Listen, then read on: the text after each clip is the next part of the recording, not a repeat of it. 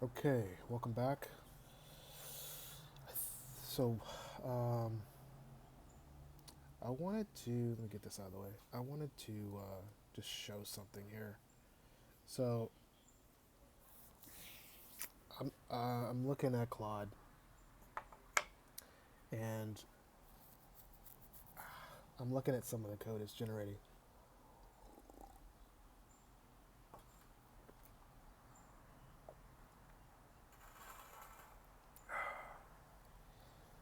Some of this JavaScript. So let me just let you take a look at this prompt. So,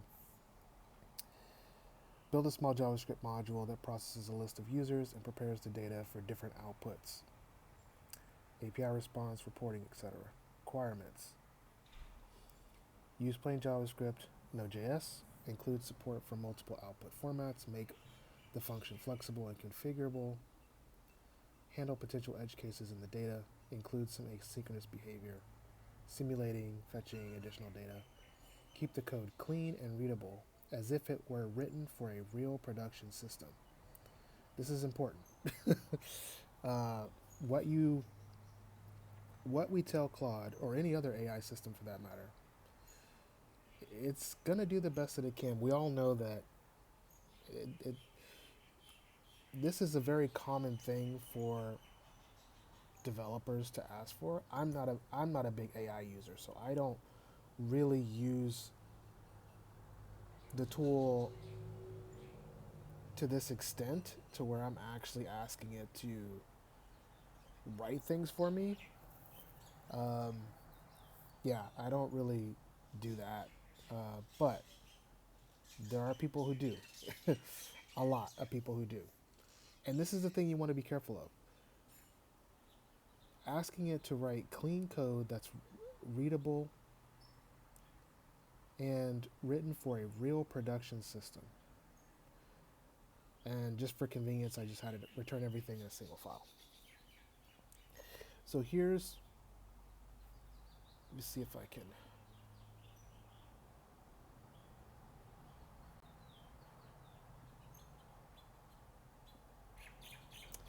that's as best as I can do, but um,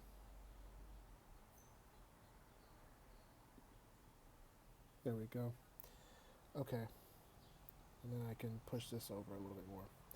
All right, so here's the code that it produced. So I'm looking at this, and again, we want to keep in mind that this is written for a real production system and that it's meant to be readable. Okay, so it's setting up some constants. I'm okay with this. Let me see if I can make the font bigger. It might be a little. Hopefully that's better. I have no idea. But okay, so it's creating some constants straight away, and it's freezing them, which I do like. I like this. Then we have some default options: simulating, fetching additional data per user. Okay, simulating async simulated async helpers. So simulating a network database call to fetch enrichment data for a user. Okay, so just fetching a user. In production, this would hit a real service. That's correct. And then here's the function. First off,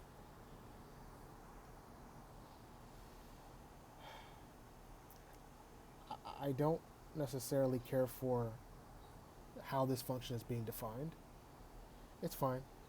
Um, and a lot of arguments can be made that this is the way to do it and that you shouldn't use arrow functions for everything. But I would argue that you shouldn't use this for everything either. So again, we're looking at this from a functional programming lens. We want to be functional programmers. We don't want to be your standard run-of-the-mill JavaScript programmer. There's lots of programmers out there that are like that, and there's nothing wrong with that. But that's not why we are here, right? We're here to look at things from a functional perspective because there are enormous benefits to doing that. And one of those benefits is something I talked about before in previous videos, where our focus is on data. Our focus is on making things concise. Our focus is on removing a lot of the noise. And our focus is on clarity, making the code as readable as possible. Because we, as engineers, we do a lot more reading than we do writing. So, and if the less code you have, the less reading you have to do, and the faster you can get on with your day, right? So, so yeah, I'm not a fan of this style of definition. It's yeah. And then we have to remember that this is a simulated function. It's just simulating a database call, which is fine. So I'll just skip over that. And then we get to validation and normalization. Validates a raw user object and returns a normalized version. Okay. Throws a descriptive error if required fields are missing. Why are we doing that? I mean, I get that. I get that something's not quite right. But just because something's not quite right doesn't mean we always religiously need to be throwing errors. As functional programmers, we want to use values. We don't want to use exceptions. We don't want to get into the habit of just throwing everything all the time, everywhere. We want to get into more of a habit of just creating values, returning values, and when necessary, actually having that side effect where you're either throwing an error or you're writing something out to the console or something like that. You want to push those type of side effecty things to the very edges of your app where that stuff should be handled. On the inside of your app, and this is more of an architectural concern, but it applies here. Towards the inside of your app, the core of your app, you should just be using values and pushing those values out as far as you can to the boundaries of your system to then either throw the right error or write the correct thing out to the console, and whatever the case may be, a web service call, a side effect basically. Okay, so we have, so that's something I see. The other thing that I see right away, and this is something that, you know, isn't necessary. I mean, it's necessary in a sense of, yeah. To me, this is very defensive coding, right? It's checking to see if this input, which is untrusted, it's just trying to do basically defensive checks against it to see what it is, to make sure that it is what it's expecting, the type of it, etc. If it's the right thing, then it's gonna. So this is, to me, this is. I wouldn't ship this. I would not ship this code. So to me, this is not production ready. You have some warnings here. So we're creating an array here, and it's a constant. Okay. But then we're pushing, right? So to me, that you're sort of defeating the purpose of marking this constant. If anything, this should be a let, right? Because you're pushing. You're changing the data structure, the values of the data structure in place. You are mutating when you do a push, right? And so why mark this as constant? It sort of defeats the purpose to me. Uh, so yeah, um, like I said before, like just throwing errors, I would I would return just this string as a value. I would return this string as a value, etc. Right? I wouldn't be throwing errors. Right? Why not just use,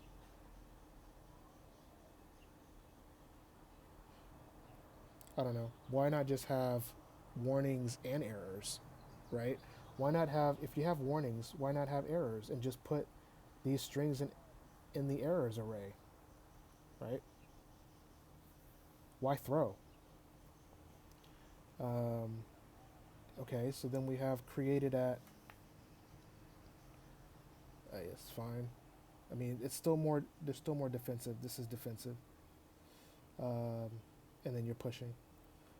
So, and then at the very end, here's your user, right? So, and then you're passing back your user and your warnings. Okay. Yeah, so I would just, if you're going to have users and warnings, I would just have errors here. And I would have an array of errors, and I would have all these places where I would potentially throw an error. I would just put those in the error array and return that. And have the caller of normalized users just process that. And yeah, and I wouldn't define the function like this. So yeah, let's see, output formatters. I mean, this is fine. I wouldn't define it like this. This would be an arrow function. And then I would pattern match this out, the length, and that way the length could just be here, and then users could be here, and then you have users and length. And then this, I would just make this a function, and call it um, to produce this, because this is used here. I think I saw it. Yeah, see, it's here, and where else? Here. See how we're creating a date at the ISO string. So that's three. So the three places. Just make it a function. Just make it a function. Define it one time. And here it is again. There. It's probably. I haven't looked at the rest of this, but it might be down there somewhere too. But yeah. So I would just make this a function. Pattern match this out, users and links, and then you can remove the curly braces, all this noise, by just making this an arrow function. Okay, users format users as a CSV string, redacting sensitive fields when requested. Format CSV. Okay, we're pattern matching. I do like that. I don't like the way this function is defined. This can be an arrow function for me. We have one here, so why not have one here? So you see how we're mixing, see how AI is mixing styles here? So this doesn't even follow the same style. Right. Okay. So when you break styles like that, to me that's not very readable. It's kind of abrupt. It's like, oh, we're using an old, I mean, it's fine if you want to use define functions this way, but it needs to be deliberate. As functional programmers, yes, there are major differences between arrow functions and the traditional function declarations or definitions. Excuse me. Typically, when you define functions this way, there's a reason for it. You either want to take advantage of arguments that are being passed in some way, although there are ways to get around that. But, and you should never be doing this, but if you're using the this keyword, you definitely don't want to use arrow functions. But you should, as a functional programmer, never use this keyword. So if those are the main reasons why you would define a function this way, as a functional programmer, you wouldn't do this. There's just like I said, unless there's a specific reason for defining a function a specific way so that you can use it in a specific way that benefits you over the arrow function, which in practice is rare. I'm not going to say it's impossible and that you never do it, but it's rare. So because it's rare, you're most likely not going to ever define a function this way in most cases as a functional programmer. So that's just why I'm harping on that. Okay, so we're creating headers and then we're mapping. Okay.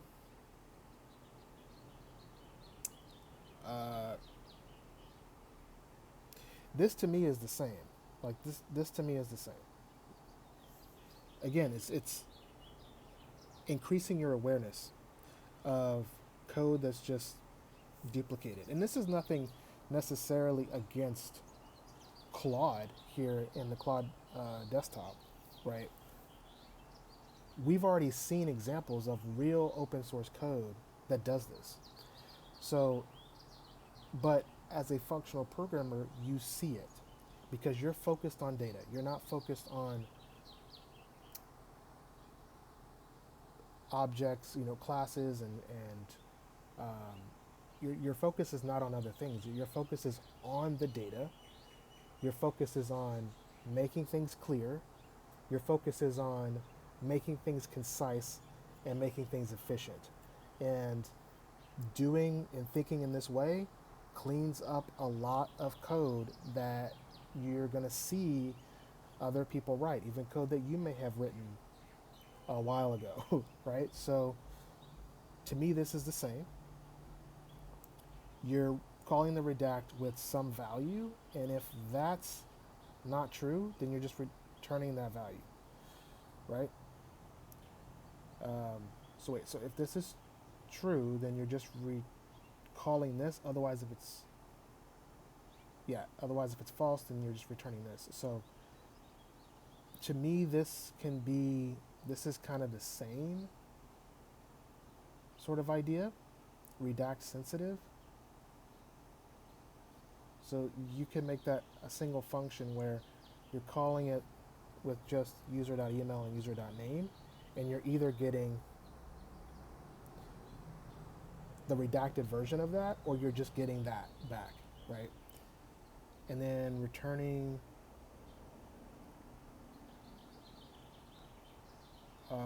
dot join. Okay, this is fine. I would, yeah. Now that I see this, I would pattern match out. I would just pattern match here. The email, the name, the role, the ID, and create it at, so that we don't need this dot everywhere. This dot access everywhere. That's going to clean this up. And then I would just have a join function. So I would just, essentially I would just wrap join, the array.join function, and I would just make it its own function that is point free or curried. Curried so that it can be point free. So I would just create a join function passing this in, and then you could just pass in this array, which is the data, because the data should always be last in every in function calls that you want to participate in composition, pipes, partial application, that sort of thing. And so I would rework this and clean all this up. That would clean all this up, make this an arrow function. So, yeah. Same thing here. Old function definition, arrow function. Right? We're just mapping.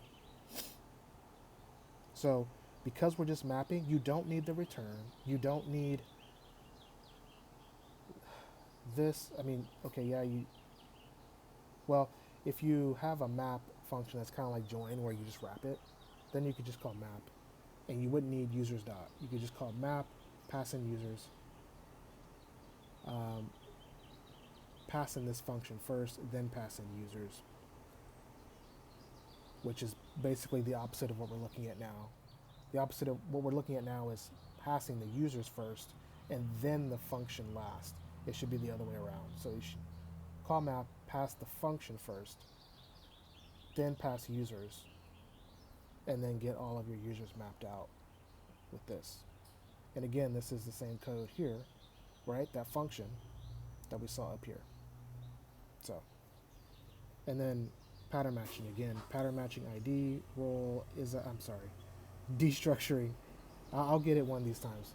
Destructuring ID role is active, created at, and then here's that function call again. Okay, format summary. This produces a lightweight aggregate summary. Okay. Okay, good. There's at least reduce is here.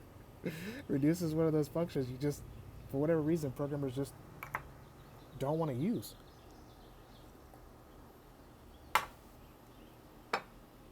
But here it is. Claude actually produced a reduce. And this is fine. The only thing I would change about this reduce is right here. I would pattern match, or I would destructure the role.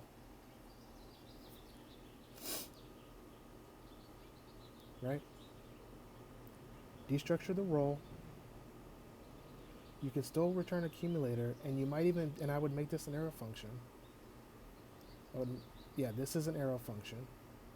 And then you get your role, and we're filtering on users. So we're reducing the users to get their users by role. We're taking those same users and filtering them down to is active. Again, this is just I would just reverse this, but it's fine. Active count. And then, yeah. Destructure, I almost did it again. Destructure length. Length minus active code. Active count, excuse me. By role, that's fine.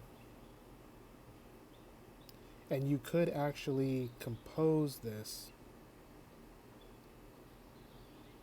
Yeah, you could, yeah,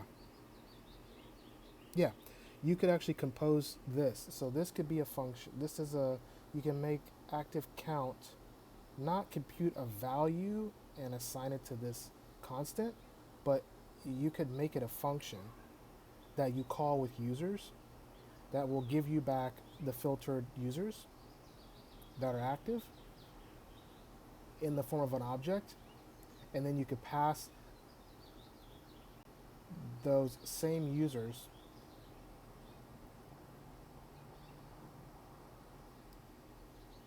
to this another function that you could create here that would just reduce over those users and give you those users by role.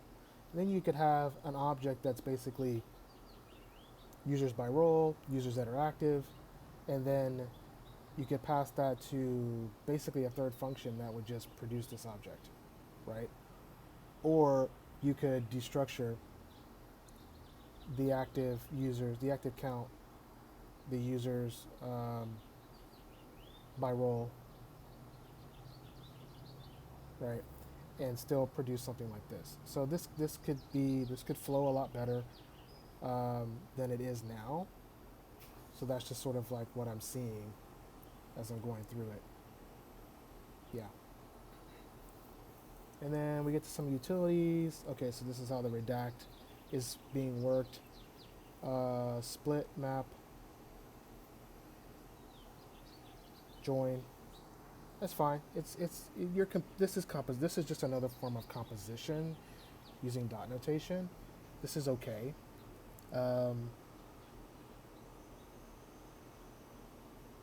Yeah, this is okay. This is okay. I would make this an arrow function though, for sure. And this is all right, I guess.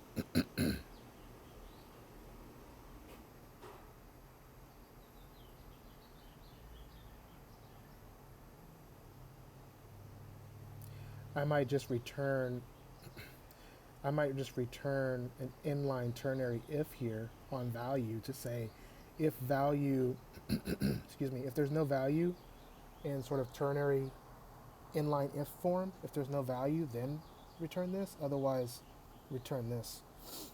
And then that way, this can just be an arrow function with just one expression. There's no this function keyword. There's no curlies. It's just an expression.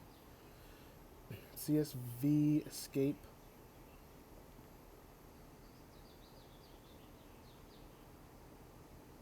Yeah, very similar. And then process users.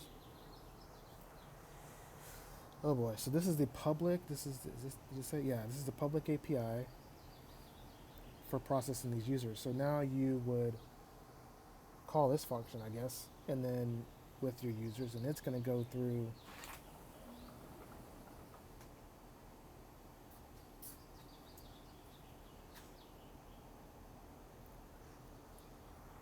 Thank you.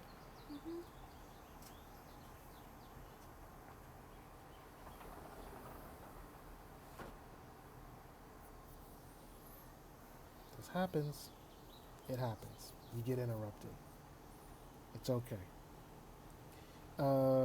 As engineers, we're used to this, right? So let me go ahead and just follow through with that. I'm going to pause for a second.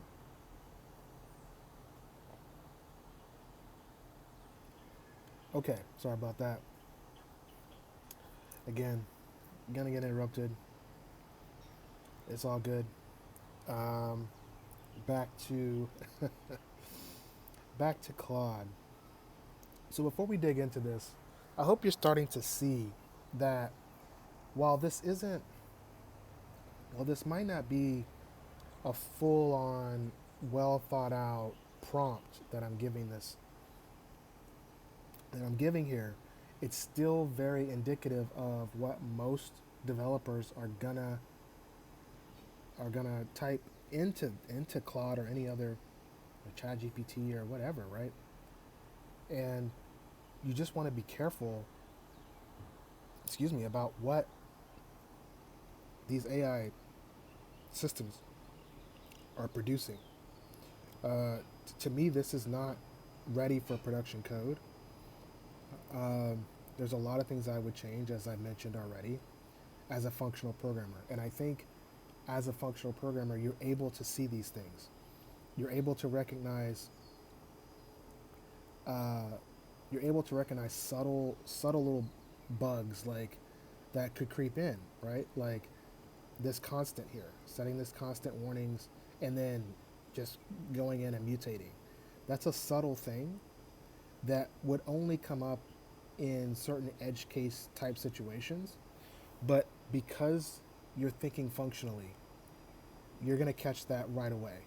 As soon as an AI system produces some code, you're going to catch it right away. You're going to see it, and you're going to fix it. And it's not going to be that big a deal. It might get annoying after a while, but after a while, what you might find happening is that you might find that you can just open your editor and start writing code and get to a solution faster than going this route by putting in a prompt, having something generated, and then having to go through and read it and completely restructure it. Because that's literally what all I've been commenting on this entire video, is how this code is not very readable. It could be a lot more readable by just creating functions, giving those functions meaningful names, reducing the amount of duplication in the code, making it a lot more concise and a lot easier to reason about, right? Thus making it more readable. Once you do that, it then becomes that much closer to being ready for production, because you've ironed out all the little nuances. You've created meaningful functions that are now easy to test. And, sorry, we got really loud kids going by. Let me just pause it for a second until they walk by. Okay, so they're past. Again, interruptions. So yeah, basically the point that I'm making is AI is going to generate some stuff that is not going to be well structured. It's not going to be, in most cases, as readable as you would like. It's not going to be, definitely not going to be ready for production. And so you want to kind of ask yourself, does it make sense to go down this route just to have to redo a lot of the work that's generated, or give it more prompts to try to fix what it already did? It's only going to, well, it's more likely to get exponentially more complex from that point forward, right? And at some point, something's going to break, and you're going to have to get in there and you're going to have to read the code, understand what's happening, trace through it, and fix it. And if you're not taking these steps, if you're not thinking functionally, then you're going to have a very challenging time figuring out where the issue is, because there's just a lot of code. If we were to do the things that I'm saying, make the changes that I'm advocating that we make, it's going to be a lot easier to reason through the code. It's going to be a lot easier to test it, trace it, and ultimately make it that much more ready for production. And while this isn't a fully thought out prompt, you're still gonna there's still gonna be a lot of instances where engineers are gonna want things to be written for a real production system. They're gonna want the code to be clean. This is clean code according to Claude. They're gonna want code to be readable. To me, this is not readable. Even in the smallest case. Like, yes, I can see that for formatting, for the format audit function, that we're just mapping. Yeah, okay, cool, that's clean. But it's not functional, right? And it could be a lot cleaner than this. The same thing with format CSV. This this expresses more about how and instead of what. So as functional programmers, we want to be expressive, like I've mentioned before. We don't want to get too bogged down in the details of the how. Oh, I need to join this. I need to join that, right? We can, once you start to get into this mindset, in this pattern of seeing duplication, right? Seeing duplication, you're going to see that that's an opportunity to create a new function with a meaningful name. And now that meaningful name can be used in these places. And what you're actually looking at when you're scanning code is not all of the how with comments that tell you the what. It's completely reversed. The code is telling you the what, and the how is just kind of boiled away. It's not really something you're focused on so much, right? And I'll show some examples of that in another video, but this is the real point that I'm trying to make. A lot of code gets generated that's like this. And my message is just be careful. Be careful. Otherwise, you're just going to be. Otherwise, you're just going to be. I don't even know. I don't even know, bro. Like, reduce, reduce this. You're using, this is what's crazy to me, that Claude is creating this. It's literally creating this, right? But up here,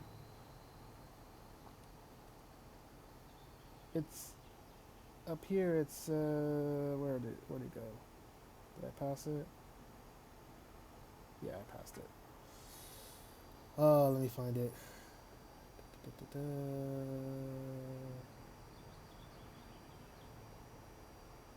Right here. By role, reduce. So why do we use reduce here, but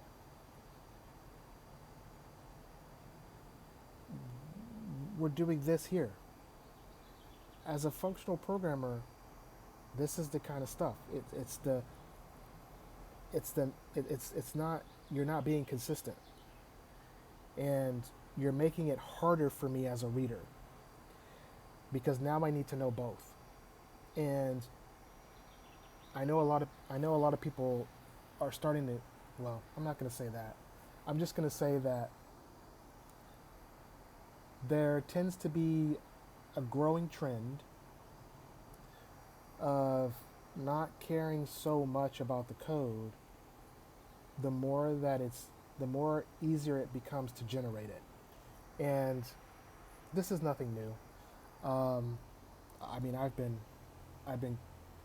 doing this for a very long time, over 20 years. So it's nothing new that you can generate code. It's just that it's all about what's getting generated and the quality of it. And that's what I'm trying to help you to understand as functional programmers. When you're starting to think this way and you're starting to see things in a different way, you're starting to see things more functionally, you recognize quite a bit of patterns that you're just pattern matching. And now it's the right time to use this term. You're just pattern matching after a while. You see for loops with outside allocation like this and inside mutation, that's a reduce. Every single time it's a reduce. You don't even need to think about it. You just have to convert it, right? But you just know that that's a functional concept, and you know what reduce does every single time. And it's just a function. You can give that function a name, a more meaningful name, like I want to normalize users, right? Collecting errors without aborting. You could create a function that's just that. It's a label, it's a name, but underneath it's a reduce, right? And there is no reason for this. None. Not for this loop. So yeah, and this switch statement, we talked about this in previous videos too. This switch statement,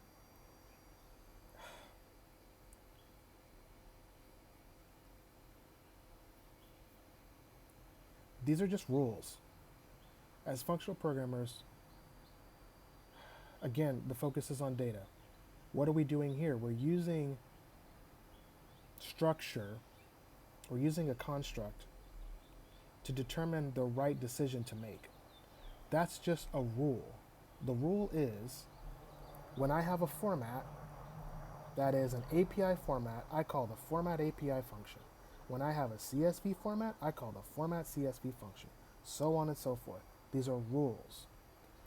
And we can create a function that, given a list of rules and a list of functions associated with those rules, what do you have? You have a map. You have a dictionary. You have an object. You have whatever data structure you want to call it. But that's what you have.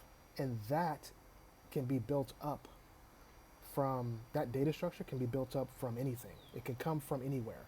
It doesn't have to be stuck in this one place like this. And at some point, you're going to have more rules, you're going to have more formats, And you're going to need, this is just going to grow, or it might slightly change. And then someone is likely to copy and paste this somewhere else, right? So this construct is not composable, it's not reusable unless you were to put it in a function, which is the whole idea of what I'm saying here, right?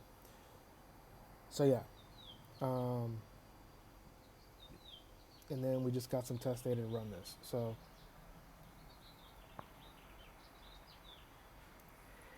anyway, I think I've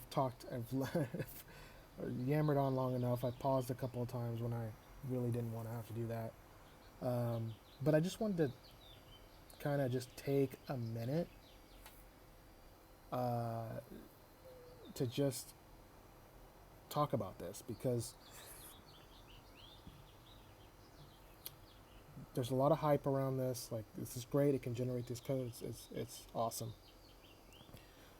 But there's issues with it, and you have to iterate.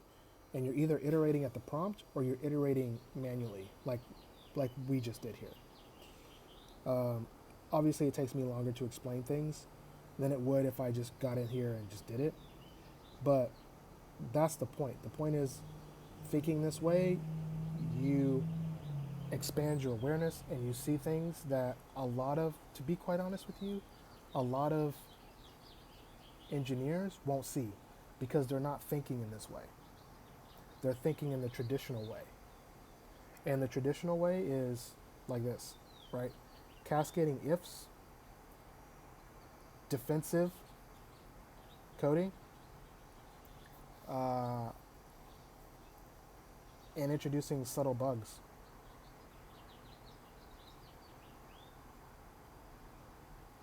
Right? Introducing subtle bugs. And this is generated. So, again, be careful. Maybe I'll do another video where I didn't want you to watch me put the prompt in and like generate and wait for it to generate, but yeah, I just kind of wanted to show that. And maybe after we look at 9router, I will do this again, and I'll actually pull up run.js and kind of show you a little bit more what I mean about how we can make this code more readable, how we can make it more testable and more concise, easier to read, easier to reason about, and ultimately that much more ready for production. So I think I'll end it there, and I will see you in the next one.